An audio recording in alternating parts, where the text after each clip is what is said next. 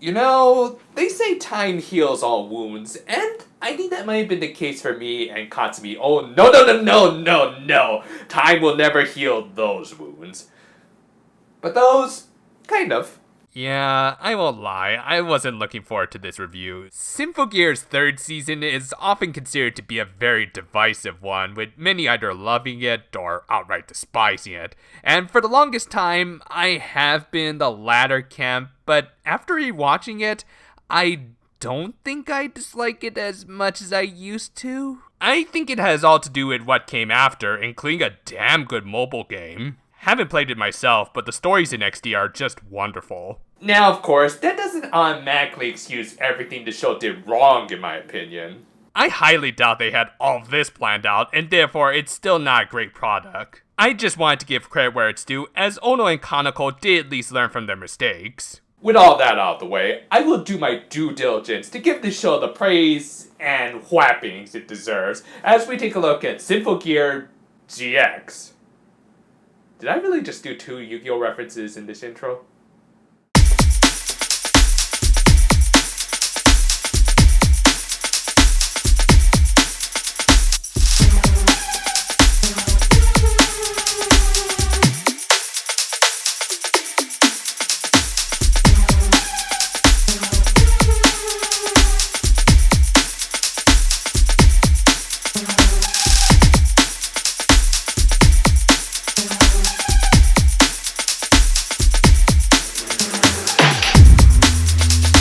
Franchise's third outing with more space action than Star Twinkle ever had. The UN had sent a research unit to salvage the tech from the frontier as well as the remains of Nastasha from last season. However, you can never have a space mission in fiction succeed without at least some sort of complications, as a malfunction was sending the shuttle on a crash course into a populated area. All seemed lost until Genjiro launched the only solution anyone would ever need. And you know, for as much as I'm going to complain about this season, I will admit this is one of the most awesome things ever. To put in perspective, this sequence started with Chris launching herself and her teammates towards the shuttle on missiles as though this were freaking Contra, and things only got more insane and over the top from there. As after using their various powers and abilities to decelerate the shuttle's speed, they still had to deal with Mother Nature and her many obstacles. Now, of course, they had the option just to rescue the researchers and ditch the shuttle, which would just crash into a mountain, but then that would mean ditching Nastasha, and nobody, especially the returning antagonist from last season, wanted that. So their solution was to make nature pay the cost. This is for you, son.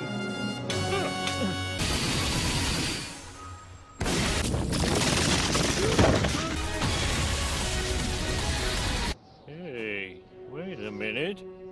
I'm on the top. And if that weren't enough to put them on the hit list of every environmentalist group out there, they proceeded to chop down an entire forest and excavate a second Grand Canyon. Eventually, they ended up heading straight towards a small village, but Hibiki, being Hibiki, not only steered the shuttle straight down the empty roads, but also release suplexed it over the city hall. Pansy! While I could honestly just end the review there, we still got a whole season to go through. 3 months after Hibiki became the new mayor of Suplex City, Genjiro's organization adopted the new name of Squad of Nexus Guardians, or SONG. At least it's not Marvel levels of stupid acronym. Along with the new name, SONG officially brought in some new members, including Kika and Shiabe, whose infectious Yuri tactics of course spread to Miku and Hibiki. Chris is my spirit animal. Their other soon-to-be member was, of course, Maria, meaning that we got yet another awesome Nana Mizuki and Yoko Hikasa duet as their characters performed a charity concert in London. And while I kinda missed those ridiculous mics, I gotta say, the visuals of this new song are spectacular. However, things weren't all happy, fourth-wall-breaking antics, as in exchange for letting her friends off with lighter sentences for their crimes, Maria took the brunt of their punishments. She didn't mind though, as thankfully, she was growing out of her indecisiveness from the last season, and knew now that she just wanted to make others smile through whatever method she was afforded. That said, Miss Fortune was still her close friend, as her security detail was taken out by a stray marionette. Now you see, this is why you shouldn't have included clarinets at your concert, Maria. Tsubasa managed to save the newest member of her harem, Maria, and they discovered that, unsurprisingly, the overly pale lady wasn't human, but rather something called an autoscorer. Back in Japan, Jack the Ripper cosplayer was being chased by a similar antagonist. Oh no wait, it's Beniyama. Jeez, it's hard to keep track of all of these 5-star lolis. Their chase ended up crashing a tanker of gas into a nearby building, prompting Hibiki and Chris into action to evacuate it. You get used to it after a while, dude. After successfully rescuing everyone, Hibiki ran to our main antagonist of the season. I think this is what would have happened to Shiel if she never got a Kyakkyaru back. The second episode opened with some proper introductions.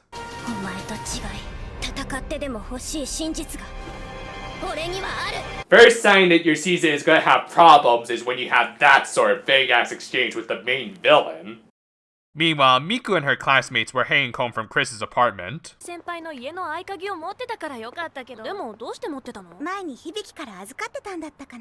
inner yandere is showing, Miku. Speaking of Chris, she was dealing with the autoscorer who was chasing the girl. And thankfully, her transformation sequence didn't include a bang this time, or else there would have been a lot more deaths by Moe this season. Well, duh. The mysterious loli took note of the battle and even provided Chris with a little backup. Eventually, Layla retreated when she started using a little bit too much of her latent abilities.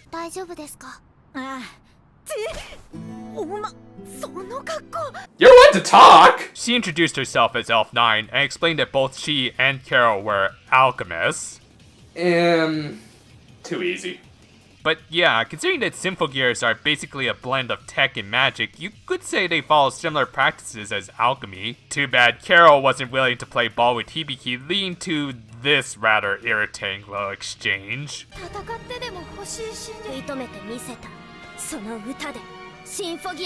Yes, she fought a vindictive psychopath who held a grudge all the way back from the Tower of Babel. What's your point? And why are you even arguing with her, Hibiki? You fought 2 egomaniacal mad scientists in a row. You don't need to justify your actions for such. Yes, unfortunately, in order to set up a really bad subplot coming up, I think they ended up regressing Hibiki's character. While Hibiki was somewhat of a pacifist, especially in the first season, by the end of G, I'd argue she completely grew out of that. In spite of her relic going out of control, she chose to fight the good fight, knowing that she was putting her life at risk. To me, that's someone who shouldn't be lacking resolve at this point in her superheroine career. I mean, you don't see Mega Man wussing out after fighting evil for several games. Why must Reploids fight one another? I've had enough violence. Damn it, Capcom. Also, didn't we do something similar with the whole bullying subplot from last season? Now yes, I get that Hibiki also feels kind of sorry for Carol, who was crying earlier, but... I miss Fine, and that's for why they want to raise Hibiki's angst levels. Hold it in, hold it in! Carol eventually retreated after her third autoscorer, Gari, informed her that their objective had been mostly completed. Even Gendro and his pecs know what's coming. Thankfully, to balance things out a little, we switched over to a much better subplot with Maria's redemption arc. With the help of Tsubasa and Ogawa, they managed to borrow a random guy's car. Subtlety, learn it sometime, writers.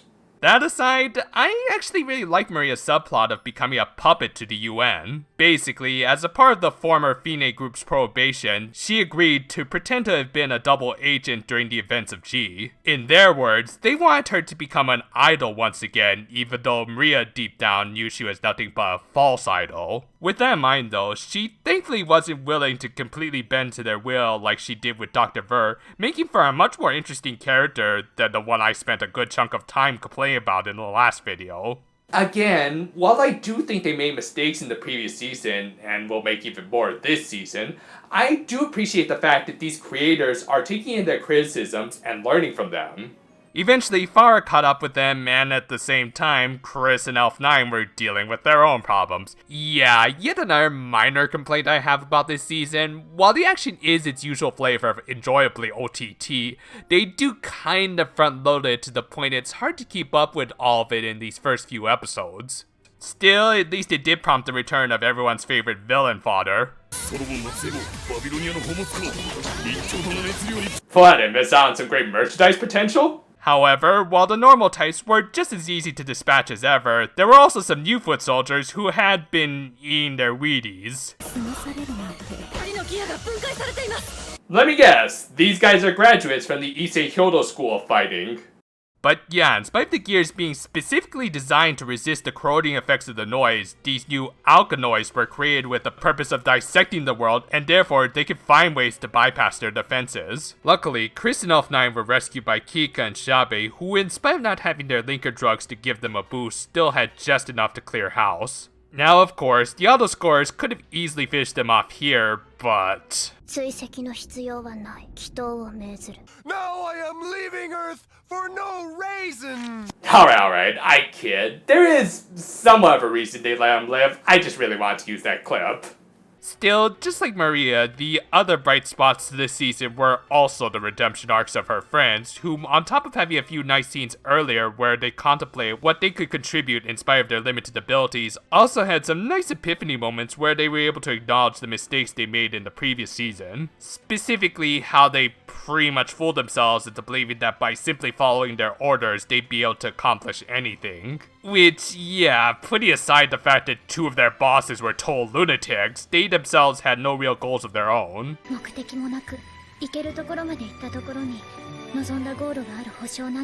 Scenes like this are exactly why I can't bring myself to hate this season as much as I used to, even though I know what's coming up in the next few episodes. A few days later, we got the most random song in this whole franchise, and that's saying something. Yeah, I guess they really wanted to give this trio their own insert song, so they gave them one about making beef stroganoff. It's kind of pointless and adds nothing to the plot, but at the same time, it's a total earworm and beyond cute, so I'll give it a pass. Man, hey, at least Mikako Komatsu actually sounds good here. I curse the bastard who created Auto-Tune. And at least it distracts from whatever confusing art they tried to give Hibiki here. Ah, that's such a noble goal, Hibiki. By the way, how did you originally go about befriending Chris? And yes, she did try the diplomatic approach, but that was after she gave Chris a second stomach, so I don't understand why she's struggling with the idea of fighting Carol when she's already fought many of her current friends. It's obvious that Carol is even more morally dubious than Season 1 Chris, so why is she getting the special treatment? Anyway, she would need to start shaping up, as she was the only active member of Song, as while Tsubasa and Chris's gears were fixable, it was going to take time since they didn't have someone with Ryoko's know-how about the gears around. Or maybe they did have just the lowly for the job in Elf 9. She gave an exposition dump about Carol's creation of the Alkanoids and her plans to create a super weapon called the Chateau de Focus, named after the real-life castle of Gilderais. I look forward to a collaboration with FGO. Elf 9 had been created to help in its construction, but after learning about Carol's supervillain goals, she ran away hoping to provide the gear users with some new powers to combat her. Of course, our protagonist didn't fully trust her just yet, as the girl herself wasn't exactly a girl. In fact, she had no real gender, being a homunculus clone of Carol. Are we comparing her to the big boob lady who pulled down the moon, or Ginsan high off of bath salts? Oh well, at least we got this great line out of Miku. It almost distracted me from this eye-rolling cliffhanger, as after all of her angst from not wanting to fight Carol finally boiled over, Hibiki...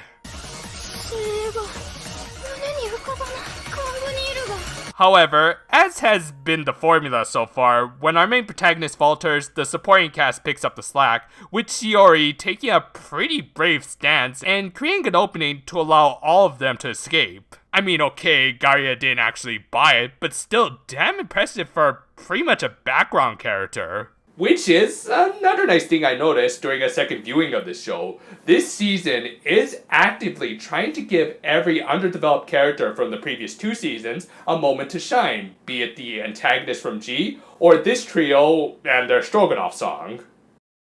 While I'm still vehemently against their treatment of Hibiki this season, I have come to appreciate that they are at least using it as a means to help bolster the other characters. But yeah, as I said, Gaia wasn't fooled and was just toying with them. However, she probably should have taken them out when she had the chance, as Okawa and Maria soon arrived. And despite the opening spoiling what Maria's main gear is going to be starting from this season, it doesn't hurt to go back to the classics. Well, actually it does kind of hurt, as Gunyear had already fully adjusted to Hibiki being its main user. Thus, while Maria was able to clear out the noise, she couldn't defeat Garie before it disengaged. Disappointed by both of her opponents falling apart on her, the autoscorer called it a day out of frustration. And speaking of frustration, we then got probably one of the most base-breaking scenes of this entire season, Hibiki lashing out at Maria for taking her gear even though she just rescued all of them. And I, for one, don't really mind it. I don't think it's that bad of a scene.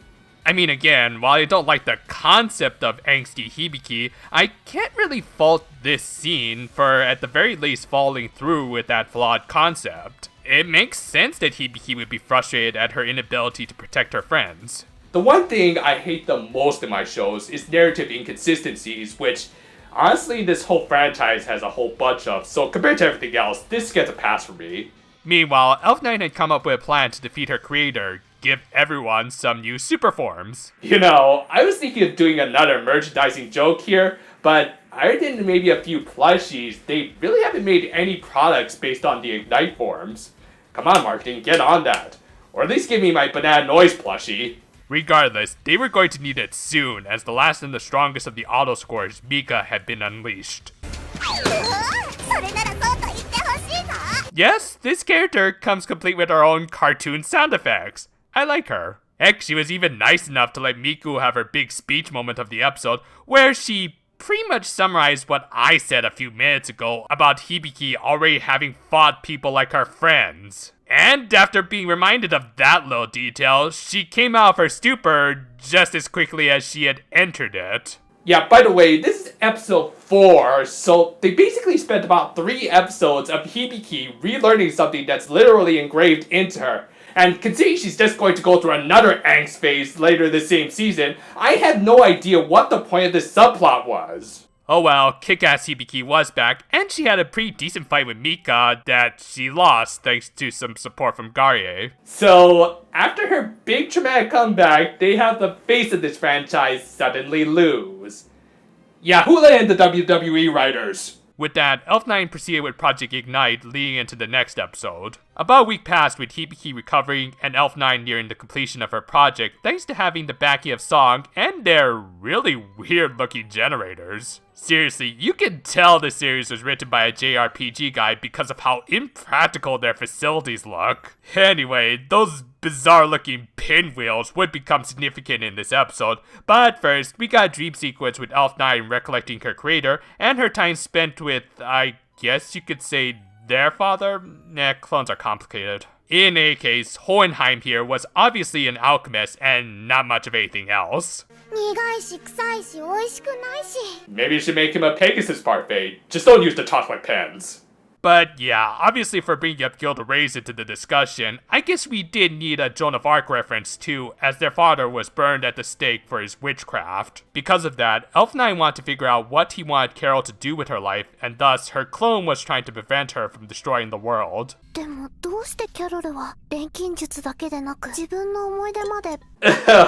give it time, Elf9. You'll discover Carol's great plans soon enough. Anyway, as I mentioned, those generators came into play in this episode as the noise led by Mika began attacking them to cut off the power to Carol's lab and Hibiki's medical room. The other outer scorers also destroyed all of the surrounding secondary power plants that they could pull from. Thus, since the only functional gears belong to the two with weak compatibilities, they needed to borrow some, medicine. キリちゃん以外に私の恥ずかしいところは見せたくないもの。そういうこと言えてやれ。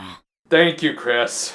But yeah, of course, they took some of Kanade's leftover linker. Obviously, having already taken more than their fair share of the drug back in G, it wasn't going to do wonders for their insides. Nonetheless, they wanted to do what they could do to help, and in spite of their limited animation in this episode, they put on an impressive showing, even holding off Mika at first. 二人でなら怖くないです。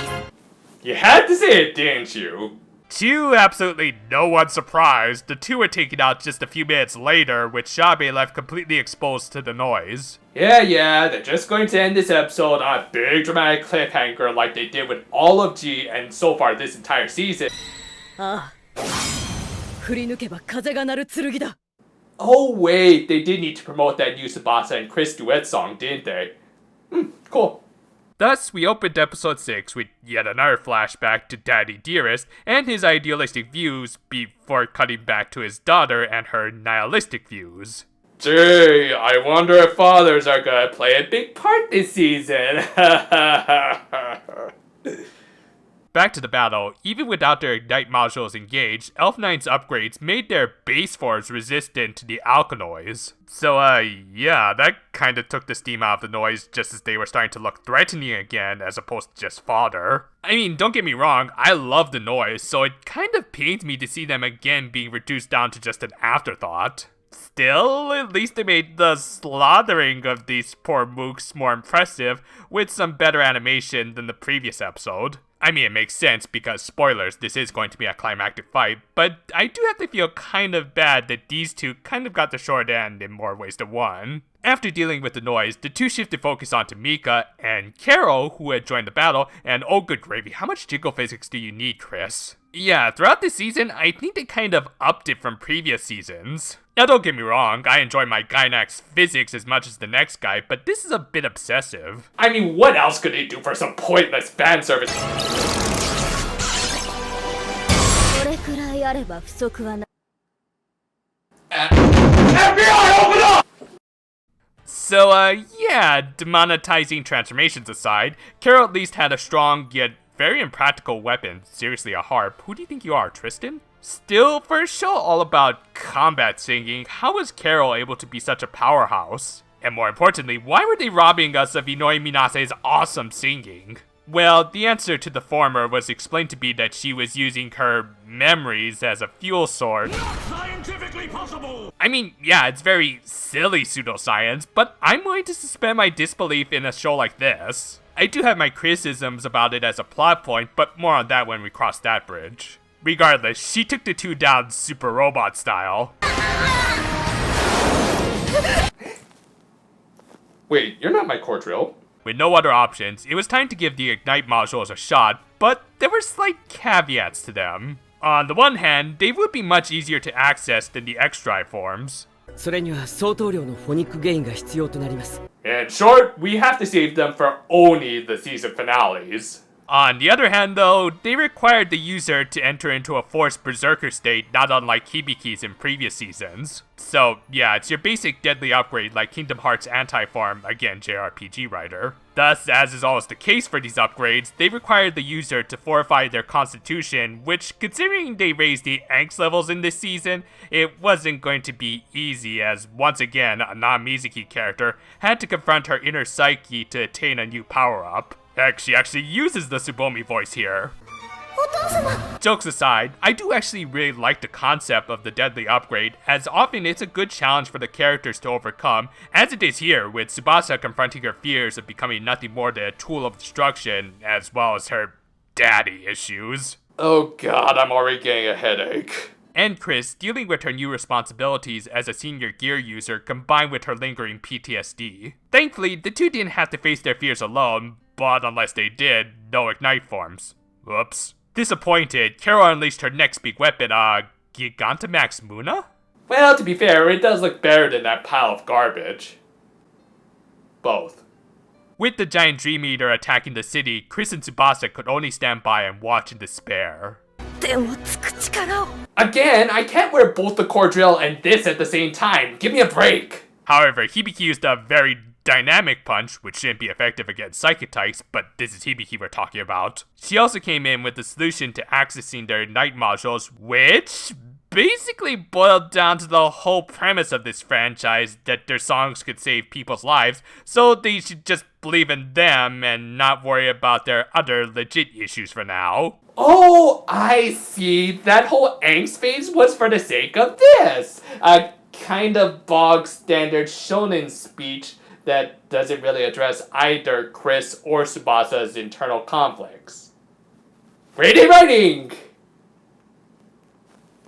Thus, we finally got the Ignited forms, which are okay, I guess. I mean, I really like the designs of the upgraded weaponry. I think they're some of the best of the franchise, but the suit designs, I don't want to just say they're overly edgy, as that's too broad of a statement, but the oversaturation of black makes it hard to see some of the finer details, not helped by the fact that it kind of clashes with their brighter primary colors. Chris kind of pulls it off since red does go well with black, and if Miku ever got a night form, it would probably look great with her purple. But other than that, I kind of view them like Akito's burning form. It's not bad, but I do prefer the brighter base forms and what comes later. Still, credit where it's due, these things kicked ass as they managed to mow down 3,000 of the poor noise, #NoiseLivesMatter. And they just as quickly dispatched Carol. When asked why she wanted to destroy the world, she gave the answer I think many villains have deep down. They forgot and were just driven by pure malice. Though in Carol's case, it was much more literal as she had burned those memories away. And in defeat, she decided to burn herself as well. So, yeah, Hibiki was unable to save a little girl from combusting herself. But, hey, world saved, right? So that was Symphogear GX, and you know what? It wasn't as bad as I remember. I know when I say it like that, it kind of sounds like I'm being sarcastic, but I really did find some good stuff after just putting aside elements that do still bother me. Don't worry, we'll get to those. Stuff like the slow redemption arcs for Maria and company were well handled and made sense. Kika in particular had some great big damn hero moments, having acknowledged how much of a tool she was in the last season. And the fact that they were being hamstrung by the UN made for an interesting conspiracy subplot. Thus, I would have liked to have seen a little more of Maria being their puppet, but I also did like this interaction with her former rival. Though, speaking of whom, yeah, I did not care for Hibiki's sudden pacifist act. It just felt out of nowhere for a character who fought almost all of her teammates and her waifu by this point in the series. But then after a supposedly philosophical talk with a little brat, she got stuck in a moral quandary that clipped her wings for all of one episode. Well, that was pointless. The thing that really bothers me is the fact that they could have used that time to further develop Maria, or heck, give us another Beef Stroganoff song, because at least that was fun and not retraying previous storylines. While I do ultimately think the good moments, especially in regards to the supporting cast, outweigh the bad, some of the bad moments really frustrated me, especially for how repetitive they felt. Still, that was a decent enough climax, and oh, I wish there was nothing else to cover, but we still have the second half of the season. So come back next time when we learn Carol's true plans and get a proper introduction to